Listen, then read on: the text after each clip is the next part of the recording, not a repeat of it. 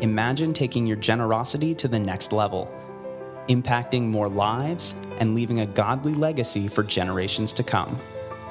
Get ideas and strategies to do just that when you listen to these personal stories from high-level kingdom champions. The Kingdom Investor Podcast showcases business leaders who have moved from success to significance, sharing how they use worldly wealth for kingdom impact. Discover how they grew in generosity, impacted more lives, and built godly legacies. You'll find motivation, inspiration, and practical steps to grow as a kingdom investor. Hello and welcome to the Kingdom Investor Podcast. This is your host, Daniel White. Thanks for joining us as we hear from Jim Wise. Jim is the senior partner at Ronald Blue Trust and senior private wealth advisor. Jim has served the financial industry for almost 40 years and has a wealth of knowledge around biblical stewardship. Jim shares his personal transformation story, new purpose for work, and how we can fund the completion of the Great Commission. For your listening convenience, we broke this conversation into 3 episodes. Thanks, guys, for listening and sharing this podcast with your friends. Be sure to follow us on LinkedIn at the Kingdom Investor Podcast. And without further ado, let's jump right into the show. What happened next? Can you share more of these stories? This is really powerful. Well, my job became an issue at that point in a couple of ways, and it had actually started at the same time. My job as a financial advisor back then was with a secular firm and in a commission-only environment. So all of the training was based on just how to sell. Whether clients bought something or sold something, firm got paid, advisor got paid. And I had built a practice that actually maximized income, personal income, and income for the firm. So I had a lot of clients that were trading penny stocks and trading stock options, and people that's their investment strategy never make money. They always, even if they have a few winners, they always lose it back. It's more like gambling for most investors. So as God was changing my heart and understanding his ownership and that I'm a steward of his resources, to me, that wasn't just my and Lori's resources. That extended to the clients that he has entrusted to me, because suddenly I realized every relationship I have has been entrusted to me by God for his purposes. And I thought, I call it professional guilt. It was the first time in my life I had ever experienced professional guilt, because I thought, I have actually been perpetuating the lie with clients, just reinforcing the American way of thinking that it's all about endless, mindless accumulation of wealth. More risk you take, the more likely you are to hit the home run. So all of a sudden, alongside of the tithing and getting rid of debt, my income started going down because I couldn't do it anymore. So I actually went back to all of those clients and just actually invested them in a healthy way and stopped doing things that were generating maximum commissions. So income started to decline, but I wanted to start incorporating my faith and biblical wisdom into my practice. And at that point, I felt like I completely had a biblical grasp of stewardship. And I had read one of Ron Blue's books and Larry Burkett's stuff. So I really felt like the application of it, I was able to do that. What I didn't anticipate was that my firm may not want me to do that. And so I learned 2 lessons pretty quickly. The first was one of the first prospective new clients that came, was referred to me during this season, came in with a large amount of money that they wanted to invest, and they had been referred to me as the advisor to invest it with. They came into the office to meet me for the first time, and they had already decided they were going to go with me. There was no selling needed. There was just a decision as to how we were going to invest the money.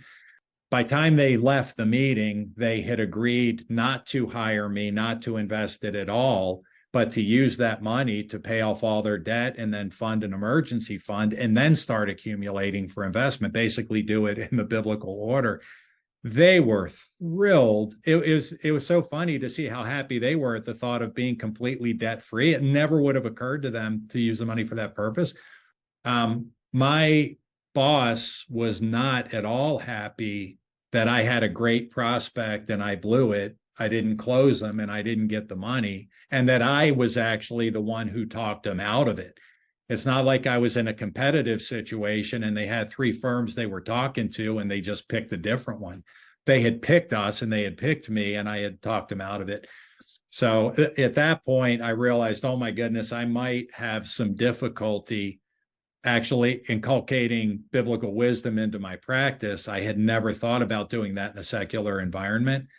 And then right after that, the general manager of the Christian radio station in the city where I lived and practiced, he was introduced to me somehow, or introduced to, heard about our testimony, our story, that I was a Christian now and kind of developing this expertise in biblical stewardship.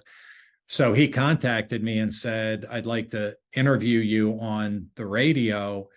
And I was thrilled to be able to share all this stuff that God had been pouring into me. So I agreed to do it. And a week before the interview, I had to let our compliance department know what I was doing because I was going on the radio and technically represent the firm.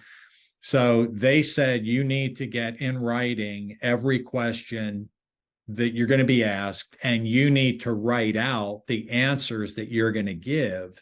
And then you need to submit it to the compliance department to get approval to go on the radio and have this discussion. And it was a lot of work because there were a lot of questions, and I wrote it all out and I sent it in.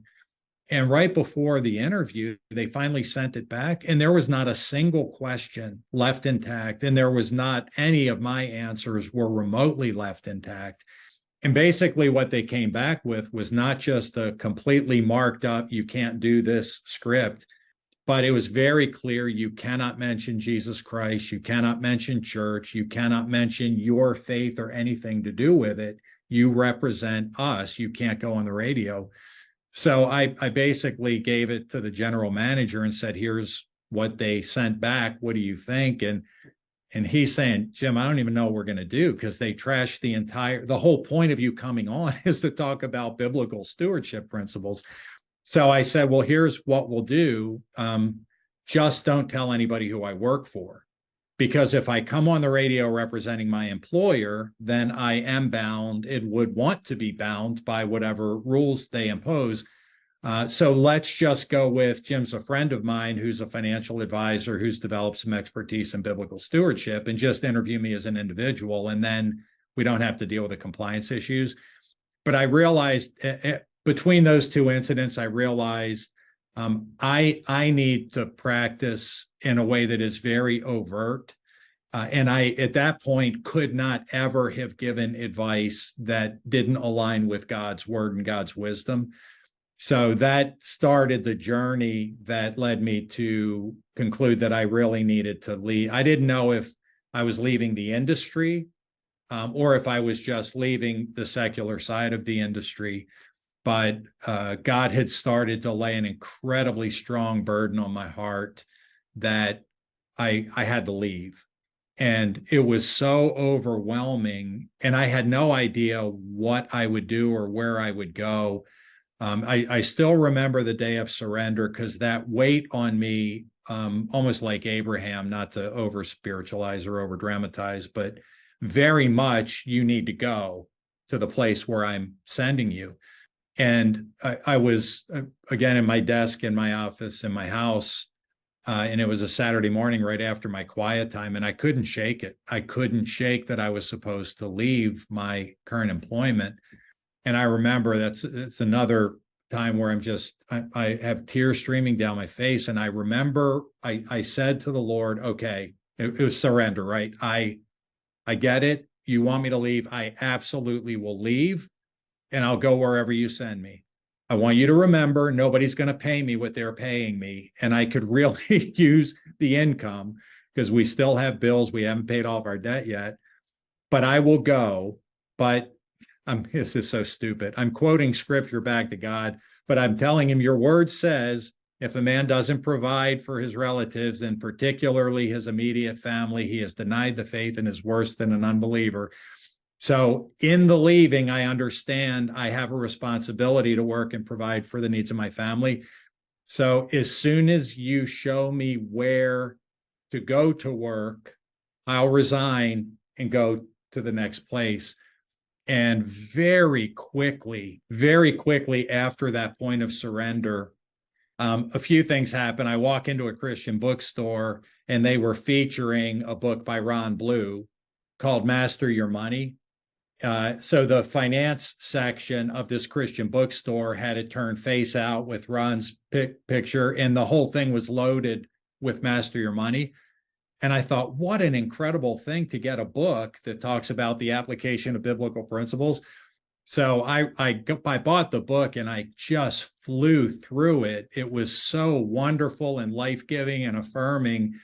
And Ron talked not just about the biblical truth, but the practical application. And as he went through it, it became clear he actually does this for a living. He has a company that has financial advisors, and they actually give biblical financial advice. It was crazy, the thought that you could actually do that for a living. And then right after I had finished the book, I'm in church on Sunday, and honestly, a guy walks up to me that I didn't know, and he said, "Hey, Jim, are you a financial advisor? I heard you're a financial advisor." And I said, "Yeah." And he said, "Have you ever heard of Ron Blue?" I said, "That's so funny you would ask. I just finished reading his book, Master Your Money." And he goes, "Yeah, there was a guy from Ron Blue up here that did a workshop or something a couple years ago, and you're a financial advisor." And I was just thinking, you, Ron Blue? And he walked away mumbling. He never made a point. I didn't even know why he came up to me except to mention Ron Blue and ask if I knew him. And then he walked away, and this again is a brand new Christian, like you're in the first year and a half of your walk, stuff like that happens. And it just seems really strange, really bizarre. And then a couple of months later, we had a men's retreat at church, and my mentor, who had been our mentor couple, they had been praying with us, for us, and walking us through. They knew that we were starting to wrestle with a career transition, had a strong sense that God was calling me away. And they intentionally didn't give us advice on what to do. They wanted to wait and just see how God was leading, but they had been praying regularly for us as well. And when we sat down together, me and Don had lunch at the men's retreat, and he said, "Look, we've been praying for you for months." He said, I know you've read Ron Blue's book. Do you know he has a firm?" And I said, "Yeah." And he said, "Well, we've been clients for many years, and they just decided to open an office in the Northeast. They didn't have an office anywhere near Baltimore where I lived. And they had just decided to open an office within 90 minutes of where I lived." And he said, "We've been praying for you, and we just keep feeling like God is telling us, that's where you're supposed to be." So 3 times, that was enough for me. 3 Ron Blue things in a very short period of time. Monday morning, I called the national office, and the poor receptionist who answered the phone, I just said, "Hi, my name's Jim Wise. I live up in Baltimore, and God is calling me to work there. So I just need to know what I'm supposed to do or who I need to talk to." And she just started laughing because I thought this was going to be a really weird call for her. And she said, "Mr. Wise, we get these all the time from all over the country. That's how we've been building out the folks that work here. God just sends them." So that started basically a 1-year process to get through the screening at Ron Blue. But then just a couple of years into my walk, I resigned and then was able to come and start working here. Wow, that's fantastic. Just one story after another of how God has worked through different circumstances and brought you to where you are now. So can you share maybe a little bit about what you're doing now and kind of Yeah, just share a little bit about that. So I think I'd mentioned that my role at Ron Blue, I have a dual role. So for most of my career, the dual role was I serve clients. So actually getting to implement the biblical wisdom with families. I've done that for my entire career, and most of my career here. I've also been in management. So I've managed several branch offices, and that always took about 30%, maybe 40% of my time.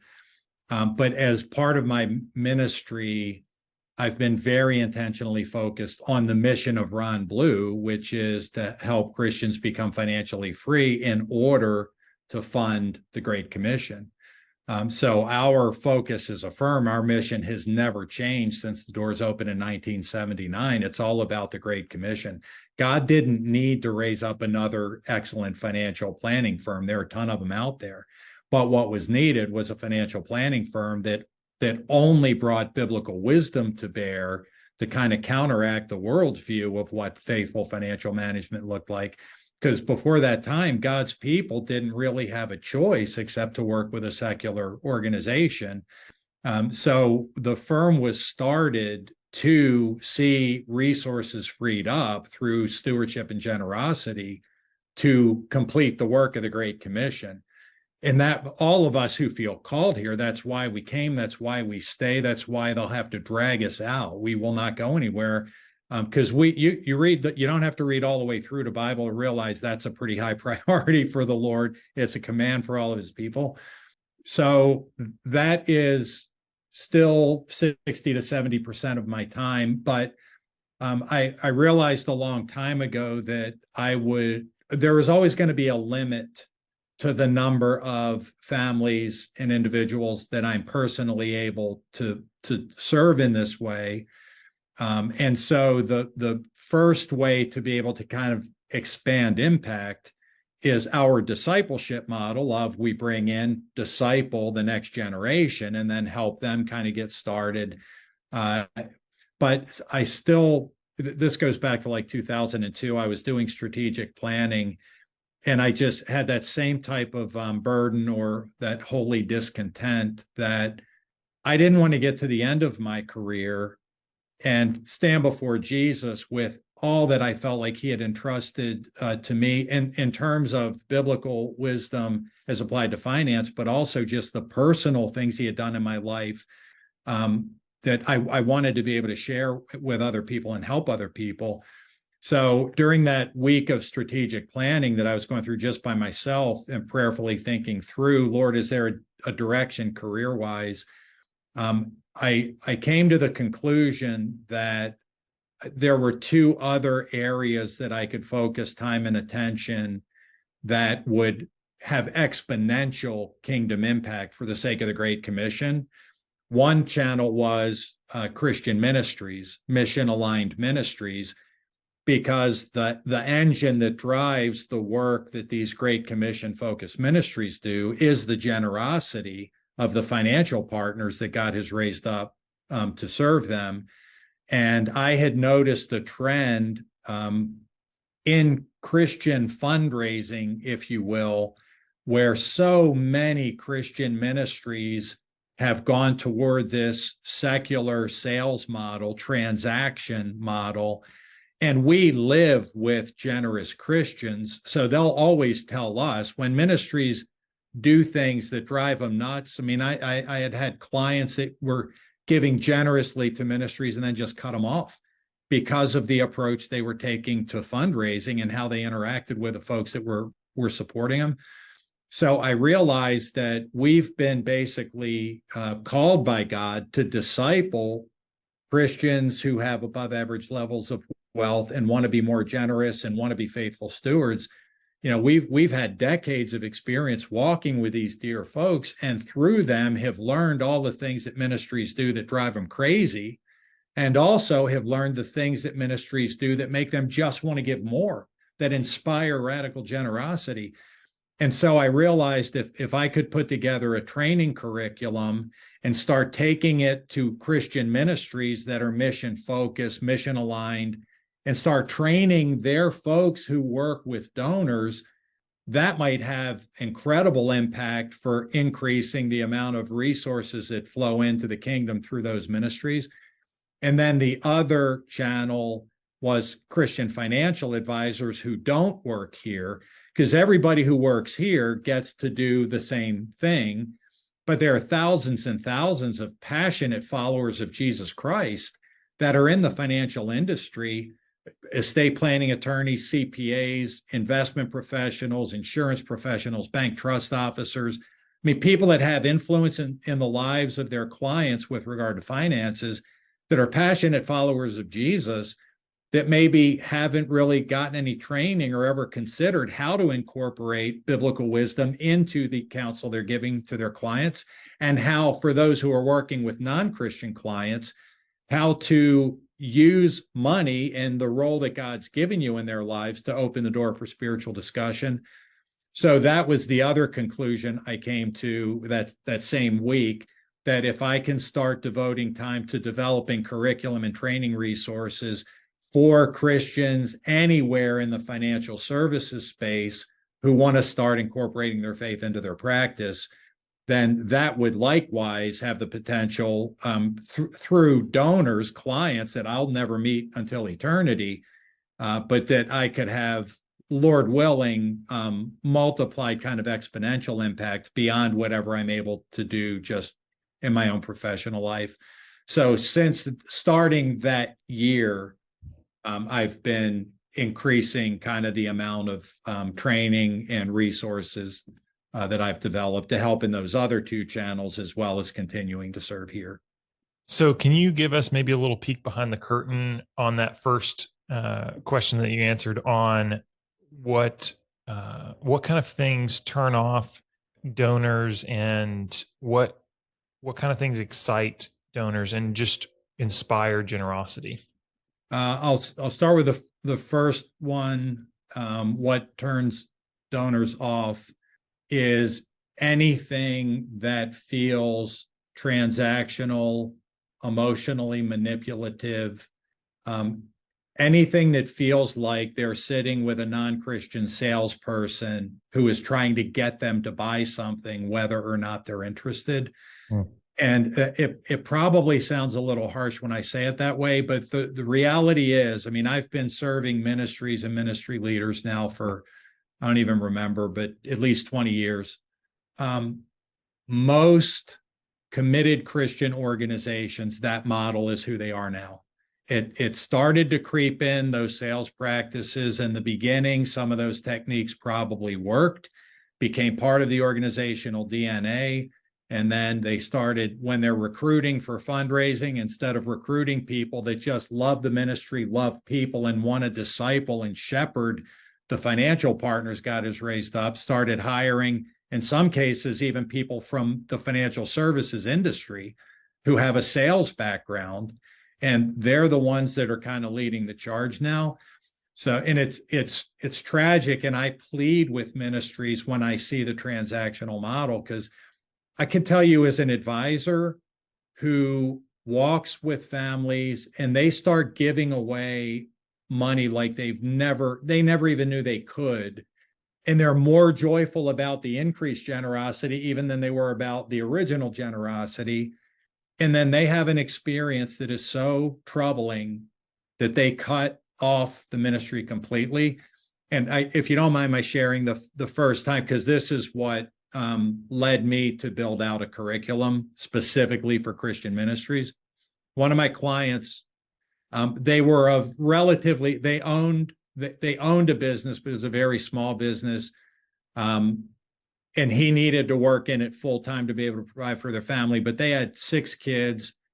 They were very committed to the Christian school that was a part of their church. So they were giving away 20% of their income. And they were not making a ton of income, but they were incredibly generous. And it was just, they were a delight to be around, because they were so focused on biblical stewardship and generosity. And no matter, no matter what came up that they needed or wanted to do, they would not cut into the giving, whatever they did, they would not go below the 20% giving level. So they had been a client for years and finally made a decision to sell the business and start glide pathing into retirement. And again, it was a small business, so it wasn't millions of dollars. But when I met with them and we're making the final decision and starting to talk through, what they should ask for it and that kind of thing, they were not viewing it like, oh, this will be great, we can retire, we have a windfall. The only thing they were excited about is now we're going to have money to give away, because they had ministries they wanted to give to, but they couldn't give to any other ministries without taking away from ones they were already supporting. And they didn't want to take money away from any ministry they were supporting.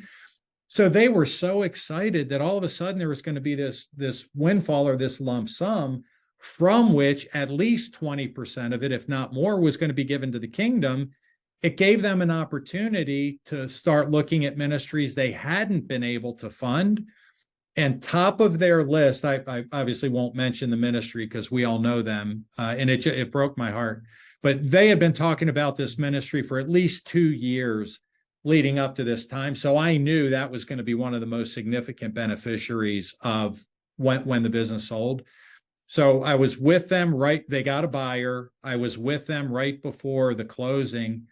And I'm, of course, talking about all of the financial buckets and the funding, trying to have a financial planning discussion. They couldn't even stay focused on that because they didn't care.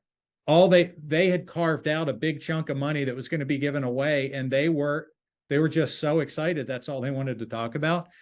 And this one ministry they had been following for years, they carved out the biggest chunk. The gift was not only the biggest gift they will ever have made in their lives, it was a pretty good portion of what the new money they were going to give away. That's how excited and convicted they were about supporting this ministry.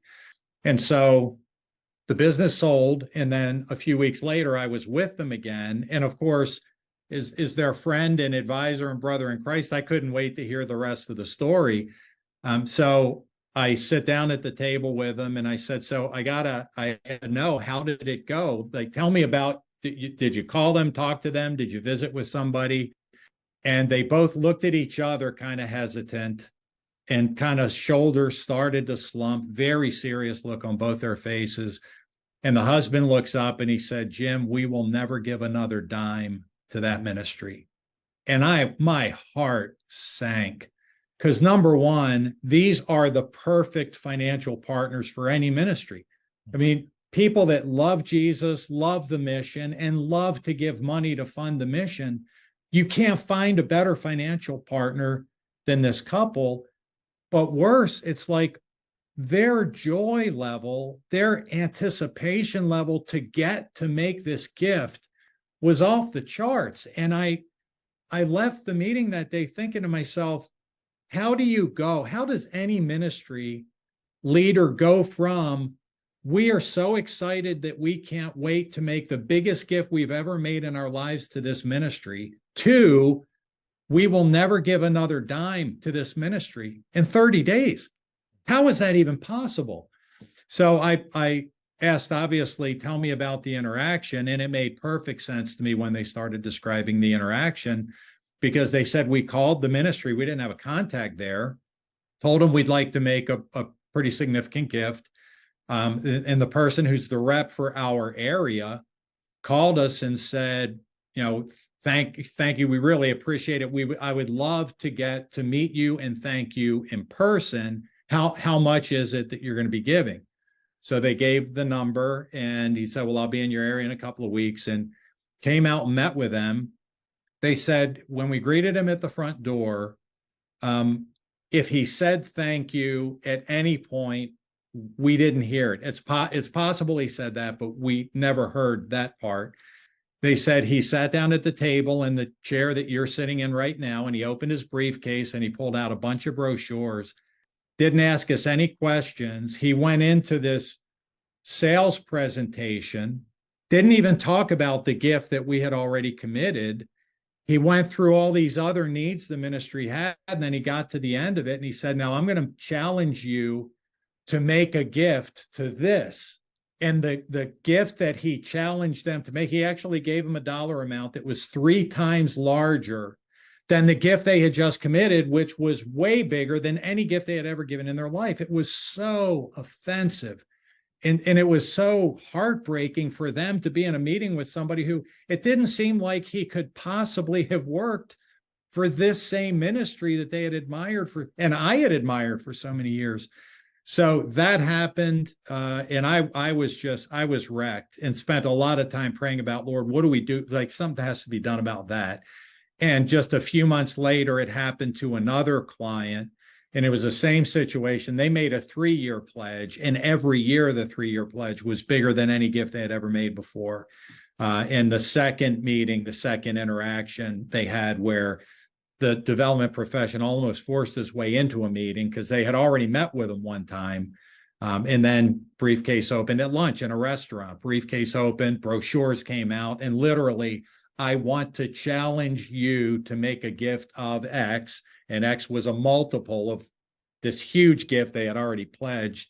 So same thing happened. They had that meeting, I think it was a Thursday or Friday, called me Monday morning because I managed their investment portfolio, and said, you need to find a way to pay off our 3-year pledge now, because we do not ever want to deal with that ministry again.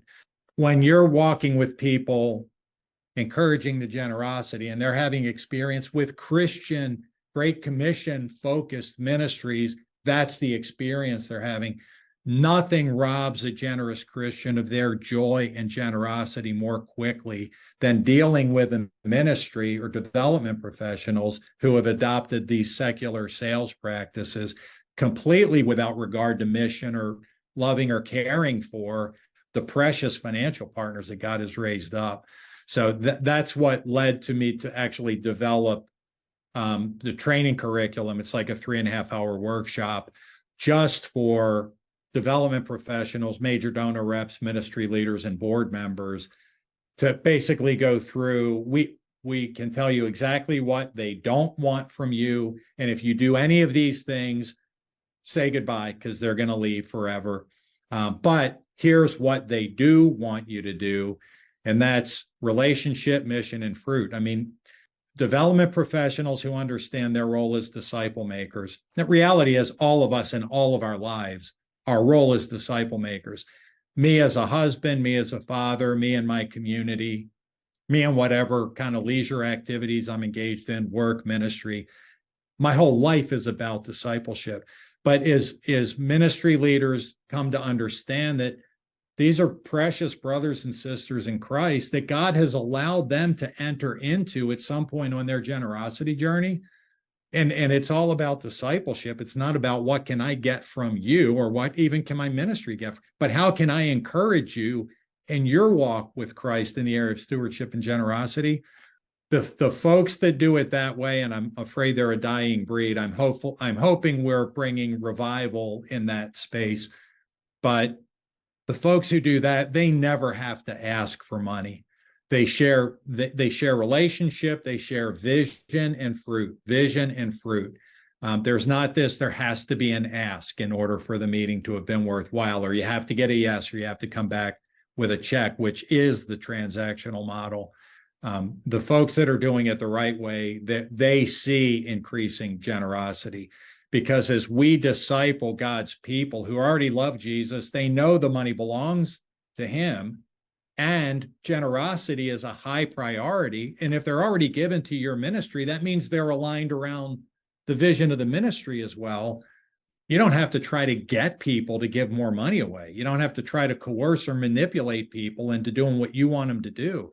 The rising tide of stewardship and generosity, rising tide of us being conformed to the image of Christ, raises generosity around like all of life and all ministries.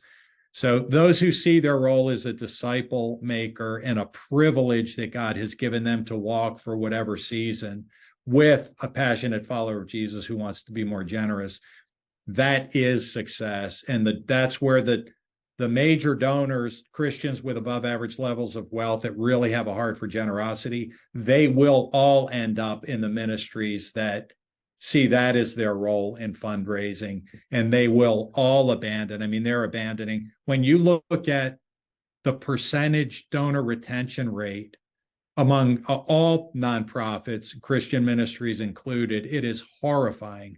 When you think of the work that a ministry goes to encourage someone who's never given before to get to the point where they're willing to make a gift, and then there's an 80% attrition rate after the first gift has been made, 80%. You gotta, at some point, you gotta say, well, no, I guess we're just part of the statistics, but what is it about their experience that had them get to the point where they wanted to give once and then never give money again? There's got to be something we did, or at least ask the question, is there something we did that has caused them? And if so, how can we change the way that we operate so that we don't God keeps sending us faithful, generous Christians, and we keep turning them away because of the way we're interacting with them. Wow. Wow. That's disheartening and encouraging at the same time. It's encouraging that you've created resources for us to learn how to do it better. So how can ministries tap into that resource? Is there a online website or way that we can? I wish there was. I'm Mr. Anti-technology. I'm absolutely useless with technology. So I don't have social media or website or anything. So ministries typically contact me directly through the Ronald Blue Trust website. They can find me there. And then if they have questions or if there's anything that they need or want, a lot of the resources I've developed have been developed and tailored to specific ministries, as opposed to a general template that I can kind of make available to everybody. But if there's anything they need, and particularly, like sometimes I'll get inquiries from ministry saying, I've heard about the donor discipleship training. Is there anything you can share with me? Then I can shoot them out. I did a webinar that condensed the 3.5 hours into a 90-minute, so that ministry leaders who there might not be an event, a live one happening in their city, or they want to view it now with their team. So I'll just send them out the link and they can start there and then follow up with me if they need anything else. Okay. Yeah, that's really helpful. Is there an email address or a website that they should go to? Yeah, the website is ronblue.com. And my email address, if anybody needs me, is jim.wise@ronblue.com. Perfect. So they can find me through the website if needed, or they can just shoot me an email directly. This concludes part 2 of 3. What if you could take your generosity to the next level, impacting more lives in your community and around the world, creating a godly legacy for generations to come? Now you can. Your first step is crafting your kingdom investing thesis. Reserve your spot in our next online workshop, where we guide you through the process of discovering your passions, create a strategic plan, and connect you to opportunities that will help you fulfill your God-given calling as a kingdom investor. Register today by clicking the link in the show notes. Thanks for listening. Don't forget to subscribe, and we'll see you next time for another episode of the Kingdom Investor Podcast.